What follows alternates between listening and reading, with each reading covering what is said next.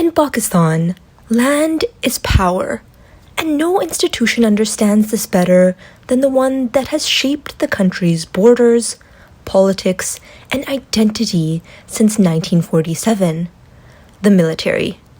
But there is one story that many Pakistanis know, and yet few truly understand: how the Defense Housing Authority, or DHA, evolved from a housing colony for army officers into one of the largest and most influential real estate developers in Pakistan. Today, DHA shapes how cities grow, how property is valued, and even how class identity is imagined. It influences where the wealthy live, where capital concentrates, and what a good life looks like within Pakistan's urban imagination. But behind the polished roads, marble entry gates, uniform street grids, and manicured lawns lies a deeper narrative, a story of power consolidation, land transformation, and the forging of a very particular kind of elite space. This is the story of how the military became Pakistan's biggest real estate empire, and how DHA quietly reshaped the geography of class and privilege in the country. The story begins in the early 1960s, in Lahore. Pakistan's military officers returning from wars and decades of service needed stability and secure housing in civilian life. To address that need, a cooperative society was formed, the Lahore Cantonment Cooperative Housing Society. It was at its root a welfare effort rather than a commercial venture, built on the idea that those who had defended the nation deserved land and dignity in retirement. But unlike ordinary cooperative societies, this one had an entity behind it with organizational discipline, planning capacity, and most importantly, state authority. As the society expanded and development needs grew, it gradually came under more formalized military administration. In 1975, the society was placed under the administrative control of the Pakistan Army. It was reorganized, rebranded, and restructured, eventually becoming what we now call DHA Lahore. What began as a retirement housing project would go on to become a model of elite urbanization across Pakistan.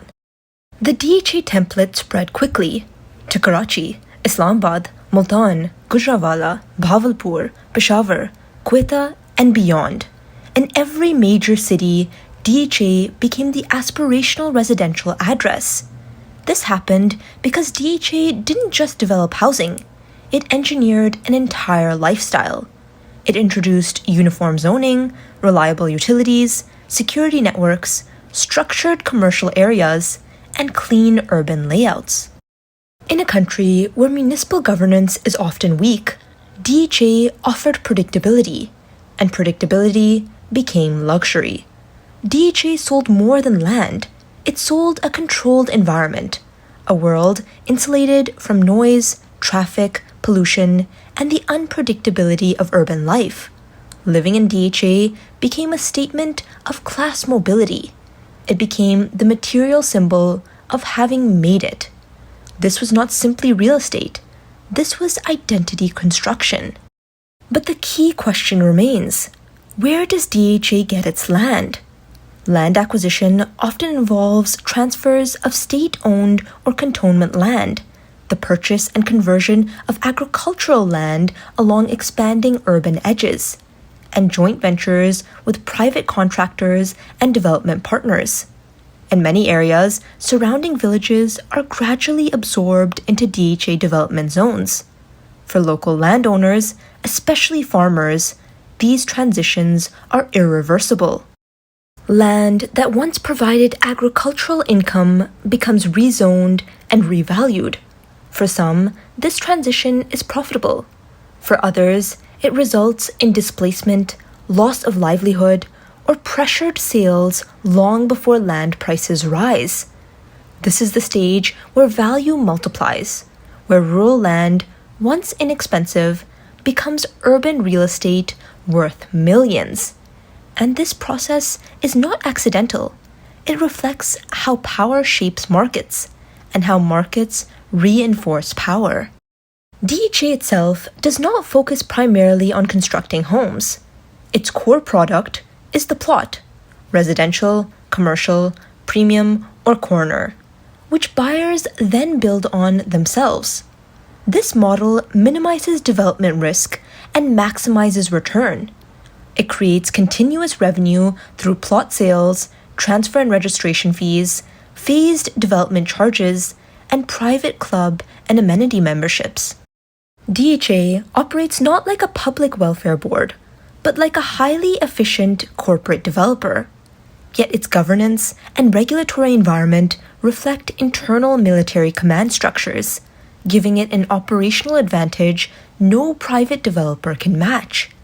This blend of command discipline and profit strategy is the foundation of DHA's influence. But DHA is not just real estate. It is aspirational geography. It shapes which schools define status, which shopping districts signify class, which restaurants are considered acceptable, where young professionals aim to live, and where political and business elites socialize. DHA constructs a visual and spatial version of modernity: clean, safe, landscaped, and regulated. A Pakistan that feels orderly, purposeful, and insulated. Yet, in doing so, DHA reinforces a fundamental truth. There are two Pakistans, one inside the gates, secure, stable, predictable, and one outside, struggling with infrastructural limitations, uneven services, and fragmented governance. The gate is not only physical, it is a socio-economic boundary. Critics argue that DHA's spread displaces long-standing communities, concentrates land wealth among elites, drives real estate inflation, and deepens socio-spatial inequality. Supporters counter that DHA creates urban order where municipal governments fail, provides reliable utilities and safety, and raises development standards that other neighborhoods later emulate. Both narratives hold truth, because DHA exists within the vacuum of state incapacity. But DHA's dominance also discourages investment in strengthening public city planning systems. If the elite no longer depend on the city has less incentive to improve. DHA is still expanding. New phases launch before old phases fully stabilize. Entire new satellite cities are envisioned. The model is self-replicating, self-financing, and self-legitimizing. The question is not how DHA grew. The question is how far this growth will continue to define Pakistan's urban future. Will development prioritize controlled enclaves for the few? Or will Pakistan build cities that work for everyone? DHA began as a welfare promise for those who served the country. But over decades, it evolved into something larger, a real estate ideology that defines how Pakistan builds its cities and imagines its middle and upper class life. To understand DHA is to understand how power, land, and identity intersect in Pakistan. It is to see how space is organized around aspiration and authority. In the end, DHA is not simply where people live. It is where Pakistan chooses to imagine what better looks like, and who gets to access it.